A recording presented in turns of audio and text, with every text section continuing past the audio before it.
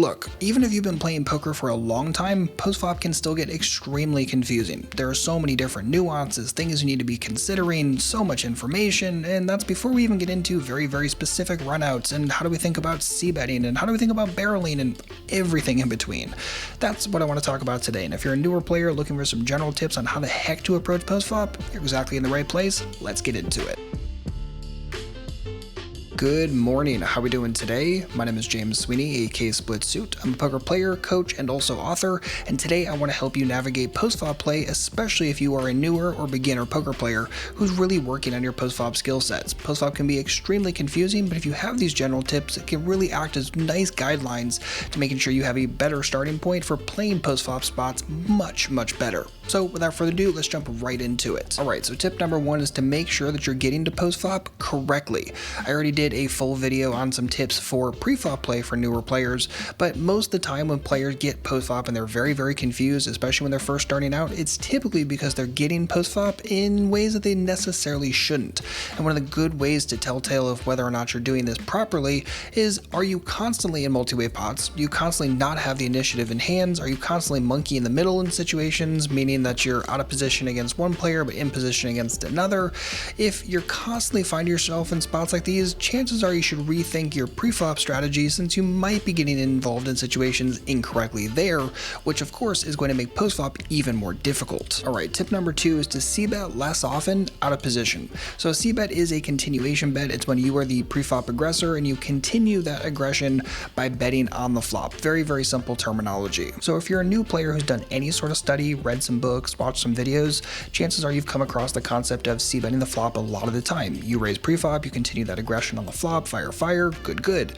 However, you really have to understand that general advice is very important for in-position play, but when you're out of position, right, let's just say you raise from under the gun, button calls you pre-flop, you go heads up to the flop, that is where you should start to notice your c-betting percentage start dropping massively.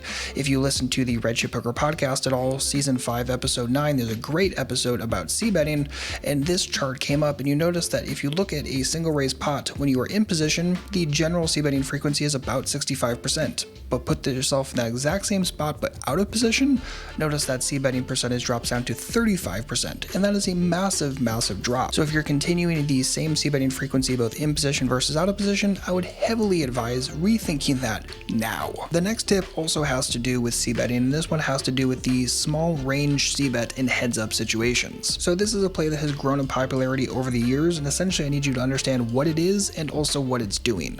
So what it is, take a situation where you are heads up on the flop, you raise pre-flop, your opponent called, and you decide you want to c-bet here. Well, you're going to throw all of your c-betting hands into a small size bucket, and that's the only size you're going to choose. So instead of having a mixed strategy where you throw some ranges, some hands into a small size and some into a larger size, you're just going to throw all of your c-betting continuing hands right into a small size. So it's a very simple thing to do, and what it's doing is this is actually a simplification of GTO. So pure GTO is going to force you to have multiple sizes available, most likely even more than 2, but this is something that is much simpler, much easier for our brains to handle and actually use, and a lot of your opponents, especially in smaller games, are going to make a lot of mistakes against it. They're going to raise very predictably against it, they're going to continue very predictably against it, and if they fold too often because you're using that smaller size, you're just printing easy money, even with all of your air hands. So this is kind of what's going into this. And as a side note to this tip, if you find an opponent who's just going to play very predictably against c-bets regardless of the size, they're just going to fold if they miss, they're going to continue if they hit any sort of piece, these small bets can do wonders, since your opponents simply are going to be folding again too often compared to the size you're betting, and that's just easy profit for you. So still be looking for this play even in smaller games. It can work very well, but you need to understand this is a GTO simplification. This is not like a pure overall strategy that is going to be GTO approved. It's just a simplification of GTO. Tip number 4 is to make sure you understand GTO versus exploitative play. Alright, so let's start with some general definitions, especially if you've heard these terms but you're not 100% sure what they mean. I think definitions is a great place to start, and I'm just going to pull these directly out of my book GTO Gems. So GTO is short for Game Theory Optimal. It's a branch of mathematics that deals with calculating strategies in competitive situations. And essentially what you need to know as it relates to poker is that if a poker decision is GTO, it means it's mathematically the best possible impossible decision when facing a perfect opponent. That's really important. And let's compare that to exploitative. This is a strategy that is not considered game theory optimal, but instead is designed to take advantage of the mistakes that our opponent is making. And a mistake is any deviation our opponent makes from perfect GTO play. So it's really important to understand that humans are completely incapable of playing perfect GTO poker. It's just not something that a human can possibly do. It's way too complex, and it's just something that we cannot actually implement in real time. So you might be thinking, well, why bother with all the GTO stuff? And that's 100% a fair point. However, you have to understand that GTO is kind of the baseline approach to this game. And again, if we're understanding what exploitative means our opponent is deviating from that perfect GTO approach, and if they deviate, then we can deviate in such a way to take advantage of what they're doing, right? If they're overfolding in a situation compared to what GTO says is appropriate in a spot, well, if they're overfolding, then why can't we just throw in more bluffs to take advantage of the fact that they're folding too often? Assuming they're not going to counter and take advantage of the fact that we're now firing too often, this can be a very good spot for us. So this is how we can start to wrap our heads around what we're doing with GTO versus exploitative, and understand that your opponents are not playing perfect GTO, and there are tons and tons of exploitative opportunities pre-flop and post-flop against, well, all humans, just simply what it is. And I say that because if you're coming across GTO material, be it my stuff, be it anyone else's stuff on YouTube, be it any sort of books, it's really important to understand that you don't want to get bogged down in the solver output. You want to understand the big picture ideas, implement what you can, and go forward from there. If you're constantly finding yourself putting in 12 hours a day of solver work and you're just playing 25 NL online or even lower, or you're just playing 1-2 or 2-5 live, chances are you're wasting a tremendous amount of time. You can get the big picture ideas, and that's going to be way more helpful. You can spend those extra hours working on exploitative approaches, improving your play with more marginal hands. That's going to do much better than just trying to memorize GTO output, because one, you're not going to do it, and two, you're not going to be able to implement it very well either. So again, understand the goal of understanding GTO versus exploitative concepts. And for the record, if you're interested in learning even more about this, I would highly suggest checking out my book GTO Gems if you haven't already. Essentially, we aim to distill years and years of solver output and exploration into a single book to give you strategic highlights and an understanding of GTO poker in today's games.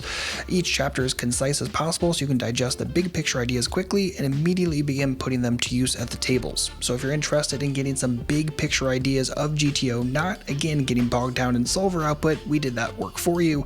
Definitely make sure to check out GTO Poker Gems today, redchippoker.com/gems to get started, or look for it on Amazon if you prefer paperback or Kindle. The next tip is to understand that SPR is going to guide your post-flop commitment. So if you're new to this term, SPR is short for stack to pot ratio, and the formula is very simply the effective stack size divided by the pot size.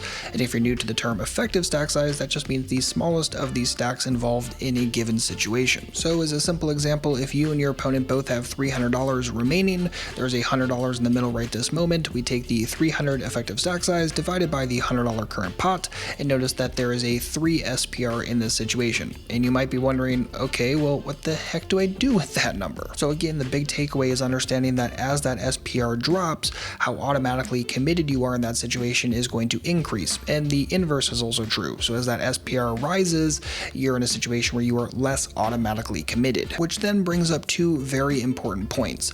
Number one is be aware of pots where you are knowingly creating or getting involved in small SPR pots. Again, thinking about SPR as a flop metric mostly, at least in the way that I use it, I want to make sure that when I'm getting involved pre-flop, I'm not putting myself in situations where I know that SPR is going to be really small with hands that don't really do as well in small SPR pots. Since small SPR pots mean more committedness, then I want hands that are going to do well in that. So monster hands, more or less.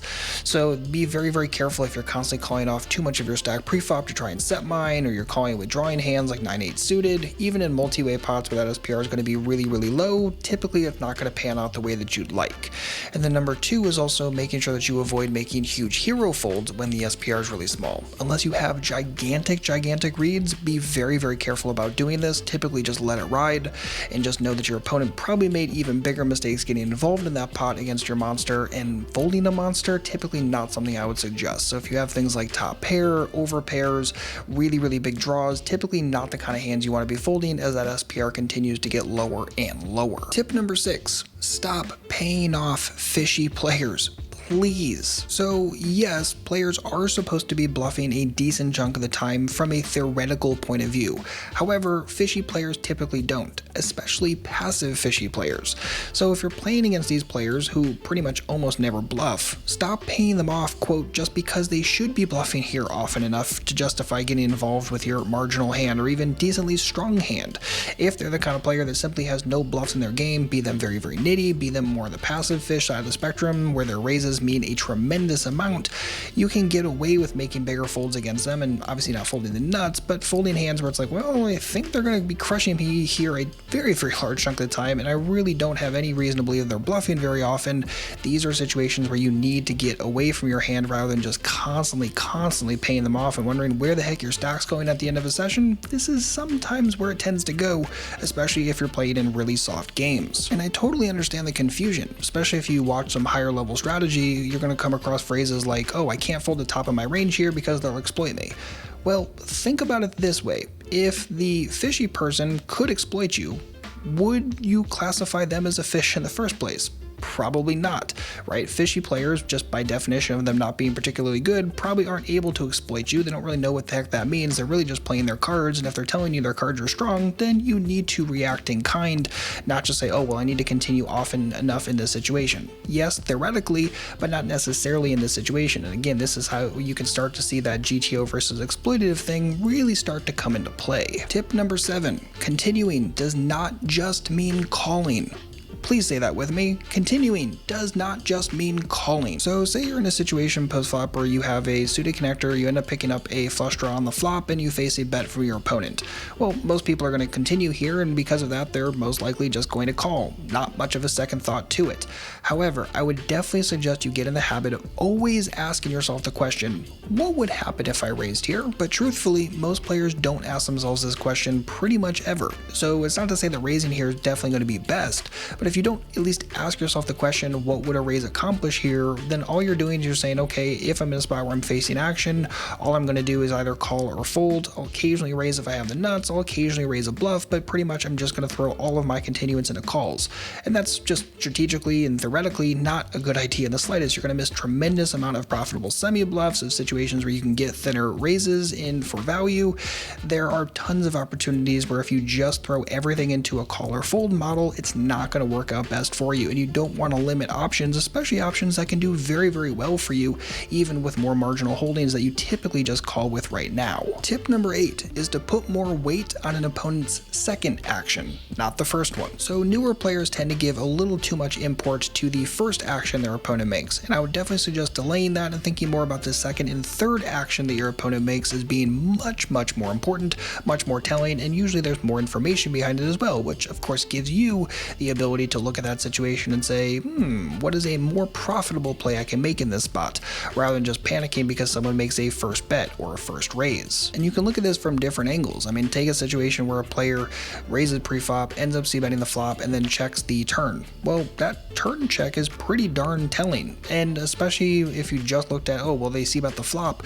Well, a lot of people c-bet the flop, either a lot or a decent chunk of the time, so because of that, their turn check is much more telling, and that's something that you definitely want to keep in mind. If they're checking that, does that tell you that they probably have a weak hand and you can probably just bet your entire range and expect to pick that up a lot of the time, so bet all of your semi-bluffs and all your air?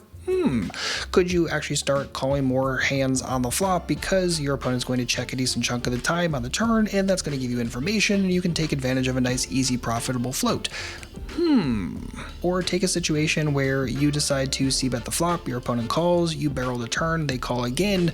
Some people might panic here, but if you look at what they're doing, right, they called the flop, they called the turn, would they do that with all their really super strong hands? Or is this probably more of a marginal hand? Again, that second action, very telling. And while you might say, well, they have a hand they don't want to fold. Well, they didn't want to fold now. Doesn't mean you couldn't overbet barrel on the river and expect them to melt away a large chunk of the time. But again, all of that wraps around looking at that second action as very, very important rather than just panicking because the first bet or the first call wasn't necessarily what you wanted. That doesn't necessarily mean you should shut down. Doesn't mean you should go nuts and balls to the wall and bluff through everything, but again, this is what you want to be thinking about in real time. Again, that second action, very, very important. And tip number 9 is to understand that edges exist in the work that other players will not do. In general, things are going to be tough at first. Whenever you're learning something, there's going to be a lot of jargon you have to sift through and understand. There's going to be a lot of different underlying strategy and concepts you have to understand, but also understand in poker that there are a lot of things that, while they're tough at first, you're going to learn them once and it's going to be very, very front loaded and you're going to use them forever, especially basic things like poker math, even just the SPR stuff we were talking about earlier. But when you get into things like pot odds and implied odds and break-even percentage, all these things, they're a little tricky at first, but you learn them and then you use them forever, and that's awesome. And also keep in mind that 90% of players won't do any real study at all between sessions. So if you're able to put in a little bit of time and effort, a little bit of study and good solid work, that's going to pay dividends massively both in the short run and also in the mid to long term as well. Study is the only way you're going to be able to bridge the gap between the theory and the actual application and be able to use any of it in real time.